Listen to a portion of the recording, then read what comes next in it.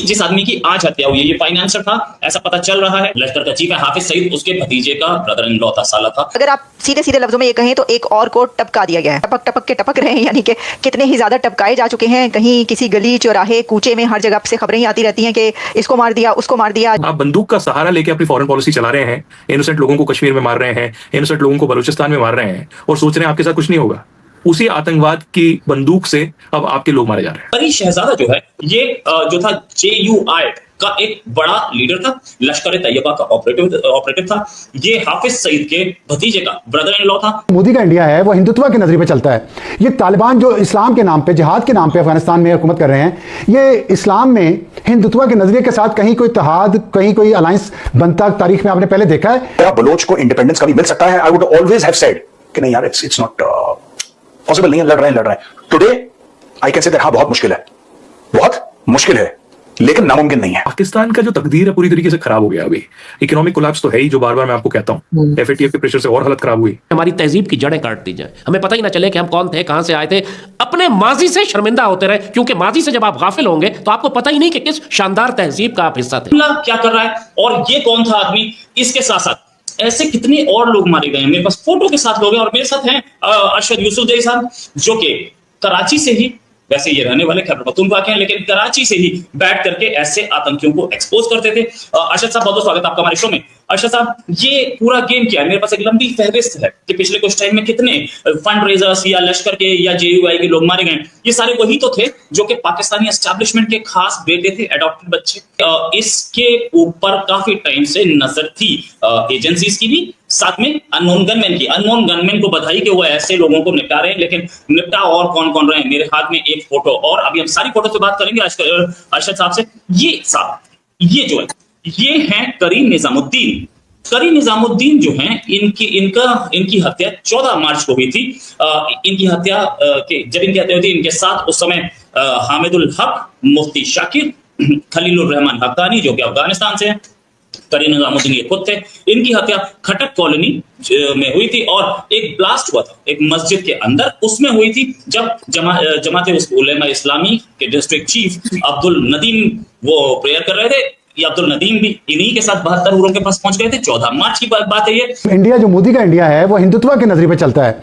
ये तालिबान जो इस्लाम के नाम पे, जिहाद के नाम पे अफगानिस्तान में हुकूमत कर रहे हैं, ये इस्लाम में हिंदुत्व के नजरिए के साथ कहीं कोई इत्तेहाद, कहीं कोई अलायंस बनता तारीख में आपने पहले देखा है?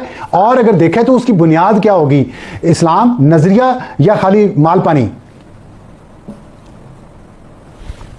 अफसर साहब, आपने बहुत ही अहम सवाल किया और बदकिस्मती से जो पाकिस्तानी एनालिस्ट है या जो नैरेटिव बिल्डर है वो इसमें नाकाम नजर आते हैं हमें, क्योंकि तारीख में झगड़ा था वो काबुल और दिल्ली के बीच में था। मतलब 1947 से पहले तो हम थे नहीं। तो और आज भी अगर आप देखें बीजेपी मुसलसल, अगर उनकी बॉलीवुड इंडस्ट्री को देखें या उनके टेक्स्ट बुक्स को देखें या उनके ओवरऑल इंप्रेशन को देखें, वो मुसलसल तो अफगान वेरियर है, उनको लुटेरे, डाकू, गासिब इसके नाम से याद करते हैं। लेकिन हमने माजी में भी देखा कि जब भी हिंदुस्तान ने इस्लाम को यूज करने की कोशिश की उसके गले पड़ा, और इस बार दोनों के गले पड़ेगा, क्योंकि इसी चीज का फायदा उठाकर दाइश गुज़िश्ता कुछ महीनों से मुसलसल अपनी लिटरेचर के अंदर यह बात साबित कर रहे हैं अपने वेरियर्स को, अपने जंगजुओं को, कि देखे तालिबान हिंदुत्व के नजरिए पर चल निकले हैं, इसलिए आप हमारा साथ। और हर इस तरफ बढ़ने वाला कदम, चाहे वो अमेरिकन के करीब जाते हैं, चाहे वो इंडियंस के करीब जाते हैं, वो खुद अपने घर के अंदर एक और उभरता, जो जैसे कि मैंने किताब में भी जिक्र किया है, दाइश की तरफ इस फवायद ज्यादा जाएंगे और वो खुद ही डिस्टेबिलिटी की तरफ इस मुल्क को लेकर जाएंगे। मैं अफगान तालिबान की बात कर रहा हूं। जिस तरह से कबल जब रूस चला गया, इसके बाद जहादी आपस में लड़ने पड़ गए और फिर तालिबान आए, तो फिल वक्त खुदा ना करे कि ऐसी सूरत हाल हो, लेकिन अगर अफगान तालिबान इन्हीं पॉलिसियों के ऊपर चलते रहे तो इसका फायदा बराह। अच्छा, इसमें मुझे बताइएगा, आपने बॉलीवुड का जिक्र किया, बड़ा अच्छा। गजनवी है, अब्दाली है, गौरी है, खिलजी है, सबको वो चोर लुटेरे कहते हैं, डाकू कहते हैं, कातिल कहते हैं। जितनी गंदे अल्फाज हैं डिक्शनरी में वो उनके लिए इस्तेमाल करते हैं, उनका मजाक उड़ाते हैं। उनकी शक्लें देखें आप, जो उनको जिस तरह के लोगों को कैरेक्टर्स वो देते हैं। तो ये अफगान लोगों को ये नजर नहीं आता कि हिंदुस्तान उनको इतना तज़हीक अमेज़ तरीके से डील कर रहा है, फिर भी वो उसके गुस्से हैं और उनसे जाके वो उनके साथ पीके बढ़ा रहे हैं। आप बंदूक का सहारा लेके अपनी फॉरेन पॉलिसी चला रहे हैं, इनोसेंट लोगों को कश्मीर में मार रहे हैं, इनोसेंट लोगों को बलूचिस्तान में मार रहे हैं और सोच रहे हैं आपके साथ कुछ नहीं होगा। उसी आतंकवाद की बंदूक से अब आपके लोग मारे जा रहे हैं। लेकिन आदित्य, मैंने गुड टेररिस्ट बैड टेररिस्ट तो खैर नहीं सुना, गुड तालिबान और बैड तालिबान जरूर सुना है, जो ये अक्सर कहा करते हैं। लेकिन उसके साथ साथ हाफिज सईद के बारे में भी एक खबर उड़ी और अभी तक हम लोग यही चेक कर रहे हैं कि क्या हुआ है। कुछ आप बताएंगे कि ये न्यूज जो चली, आपको लगता है कि ये तो हाउस अरेस्ट था, तो इसको गोली कैसे लगी, इसको अटैक कैसे हो गया अगर ये वाकई में अरेस्ट था? देखिए, पहली बात तो ये हाउस अरेस्ट कुछ होता नहीं है पाकिस्तान में।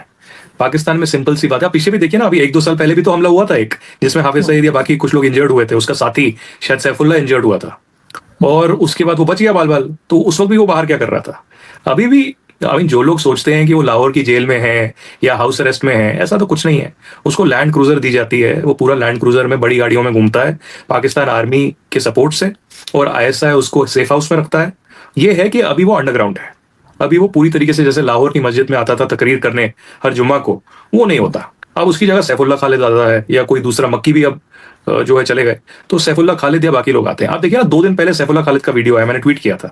सैफुल्ला खालिद ने क्या बोला कि 6 साल पहले 2019 को मैंने पाकिस्तान के हुक्मरानों को ये बोला था कि कश्मीर पर अगर आप तवज्जो नहीं देंगे और हमारा जो योगदान है वहां पर कश्मीर में वो नहीं होने देंगे, तो कश्मीर तो इशू खत्म होगा ही, लेकिन आपकी जो बलूचिस्तान है, जो खैबर पख्तूनवा है, वहां पर आग ज्यादा लग जाएगी, वहां पर ज्यादा दहशतगर्दी और ये बढ़ जाएगी।